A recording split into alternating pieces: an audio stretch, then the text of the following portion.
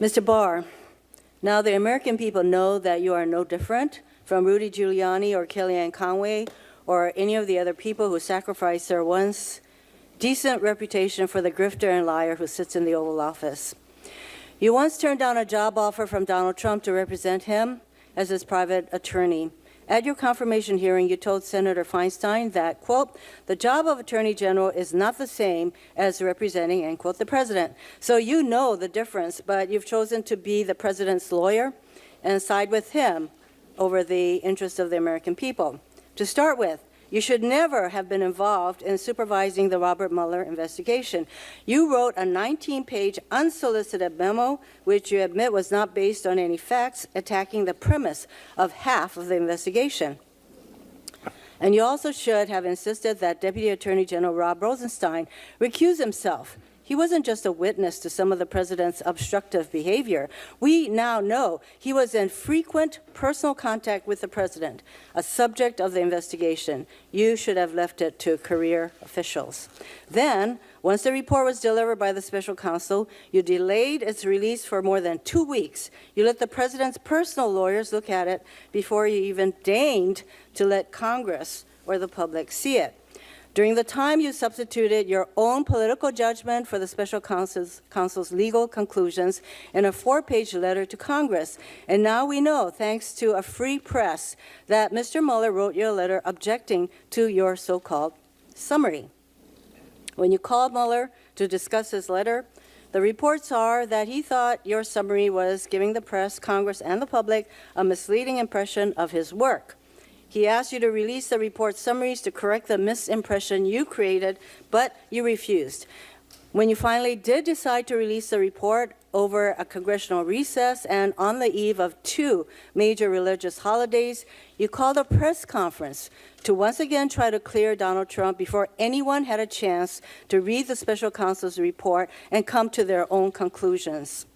But when we read the report, we knew Robert Mueller's concerns were valid and that your version of events was false.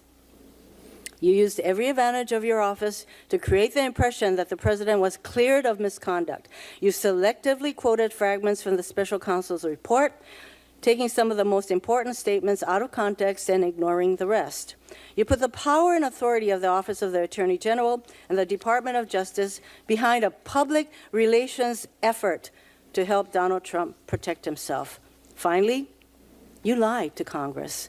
You told Representative Charlie Crist that you didn't know what objections Mueller's team might have to your March 24th so-called summary. You told Senator Chris Van Hollen that you didn't know if Bob Mueller supported your conclusions. But you knew. You lied. And now we know. A lot of respected nonpartisan legal experts and elected officials were surprised by your efforts to protect the president. But I wasn't surprised. You did exactly what I thought you'd do. It's why I voted against your confirmation. I expected you would try to protect the president, and indeed you did. In 1989, this isn't something you hadn't done before. In 1989, when you refused to show Congress an OLC opinion that led to the arrest of Manuel Noriega. In 1992, when you recommended pardons for the subjects of the Iran-Contra scandal. And last year, when you wrote the 19-page memo telling Donald Trump, as president, can't be guilty of obstruction of justice, and then didn't recuse yourself from the matter. From the beginning, you were addressing an audience of one, that person being Donald Trump. That's why, before the bombshell news of yesterday evening, 11 of my Senate colleagues and I called on the Department of Justice Inspector General and Office of Professional Responsibility to investigate the way you have handled the Mueller report.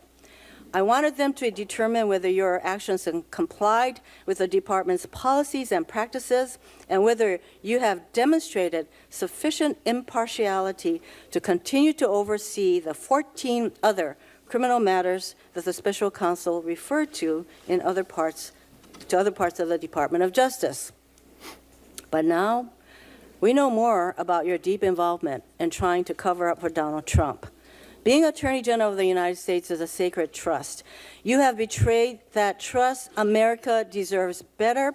You should resign I have some questions for you. Is the White House exerting any influence on your decision whether to allow Special Counsel Mueller to testify in Congress and when? No. Now, you've been clear today that you don't think that any of the 10 episodes of possible obstruction that the Special Counsel outlined is a crime. I disagree. But you seem to think that if it's not a crime, then there's no problem. Nothing to see here, nothing to worry about.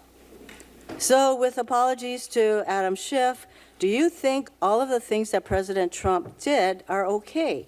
Are they what the President of the United States should be doing? For example, do you think it's okay for a president to fire an FBI director to stop him from investigating links between his campaign and Russia? It may not be a crime, but do you think it's okay? Well, I think the report is clear that...